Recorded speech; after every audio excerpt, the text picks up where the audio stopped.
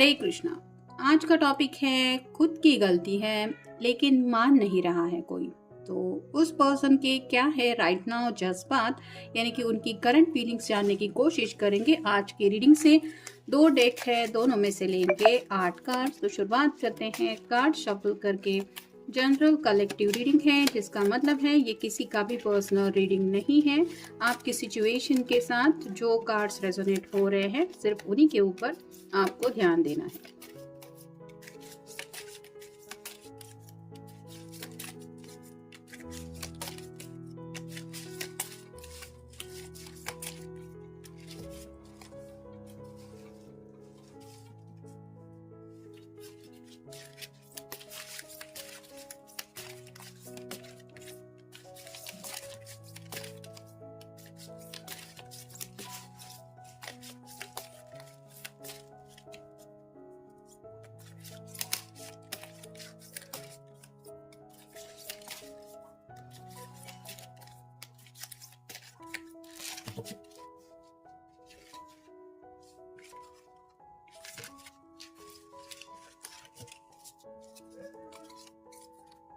पहला ही कार्ड मिला है 4 of cups, water sign Cancer, Scorpio या फिर पाइसेस।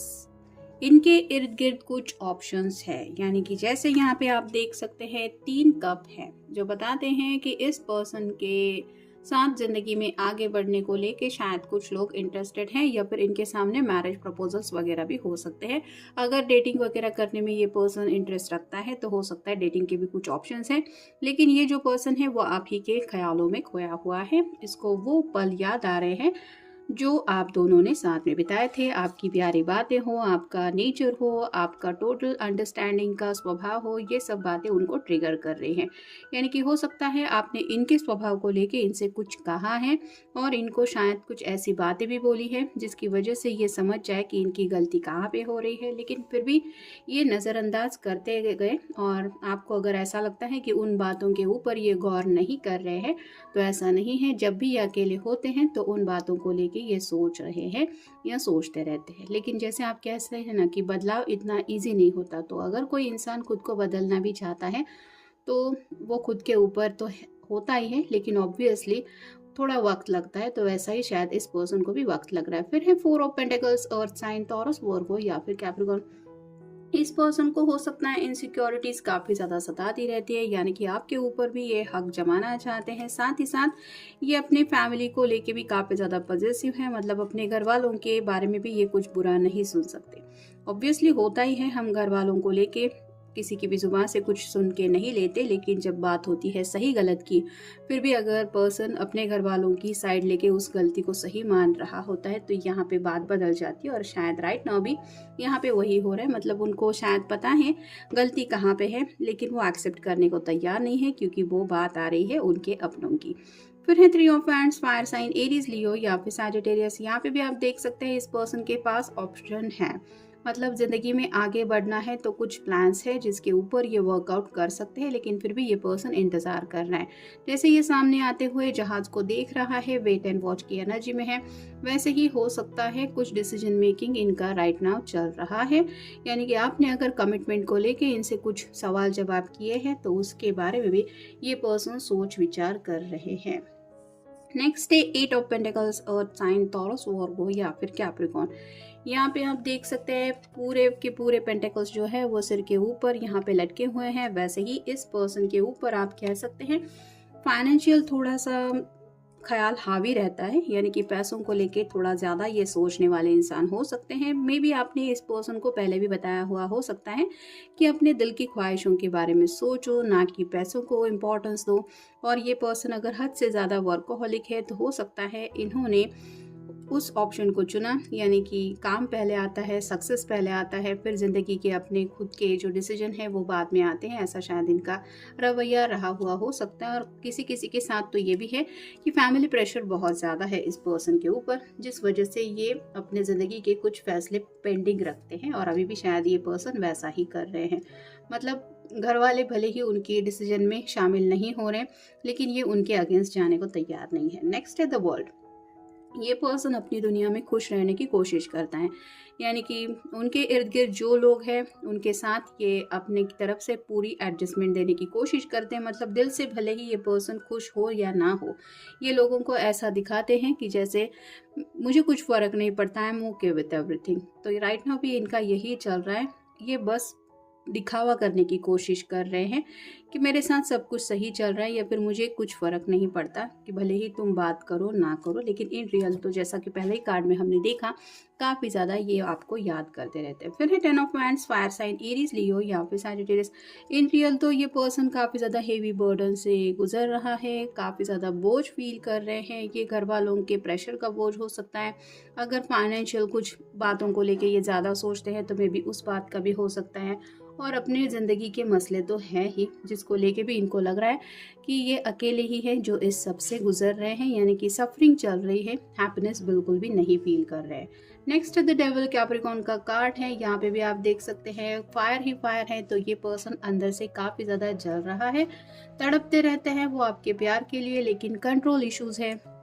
या तो इनके घर वाले हो सकता है इनको कंट्रोल करने की कोशिश कर रहे हैं, या फिर हो सकता है ये अपने आप को कंट्रोल करने की कोशिश कर रहे हैं, क्योंकि इनको पता है कि आपसे मिलेंगे तो इनको कोई ना कोई शायद फर्म आंसर तो देना पड़ेगा, या फिर अपनी अगर कोई ऐसी गलती है तो उसको एक्सेप्ट करना पड़ेगा। यहाँ पे भी आप देख सकते हैं चेहरे के ऊपर एक मास्क बना हुआ है जो बताता है कि ये पर्सन अपनी रियल फीलिंग्स आपसे हाइड करते आ रहे हैं और अभी भी वही कर रहे हैं।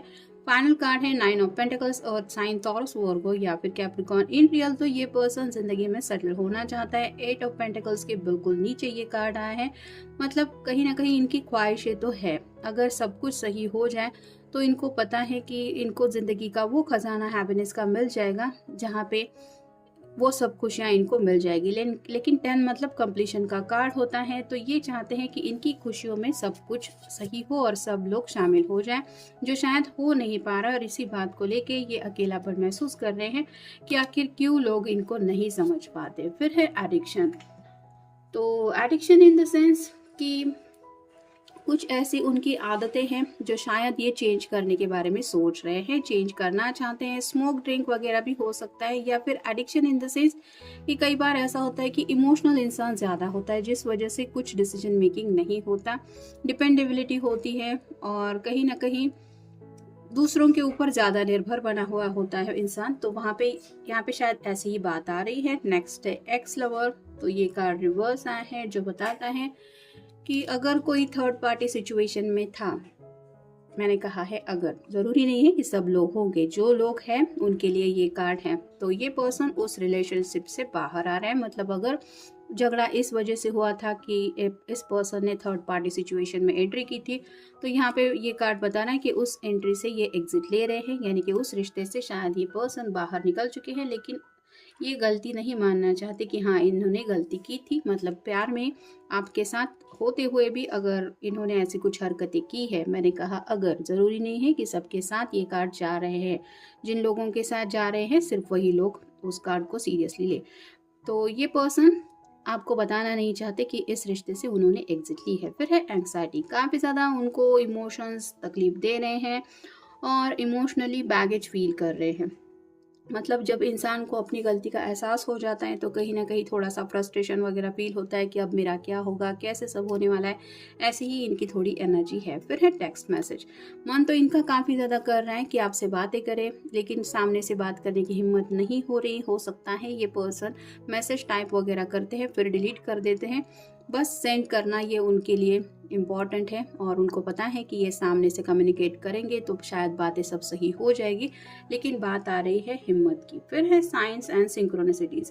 तो उनको कुछ ऐसे साइंस मिल रहे हैं जैसे आपके नाम का लेटर कहीं पे दिखाई देना, या फिर आपके नाम से सिमिलर कुछ नाम दिखाई देना, तो ऐसे कुछ यादें उनको ट्रिगर कर जाती है, जिसकी वजह से उनको समझ में तो आता है कि ऊपर वाला ज़रूर यही चाहता है कि शायद ये आपसे ही कनेक्ट हो जाए। फिर है इंट्यूशंस। यहाँ पे भी आप देख सकते हैं थर्ड आई ओपनिंग इस पर्सन की हो रही है, यानी कि इंट्यूशंस तो उनको मिल रहे हैं। मतलब गलती अगर की है तो उस गलती से सुधरने का चांस भी शायद ऊपर वाला इनको दे रहा है, लेकिन अब इस पर्सन के ऊपर है कि सच में ये सुधरना चाहते हैं या नहीं।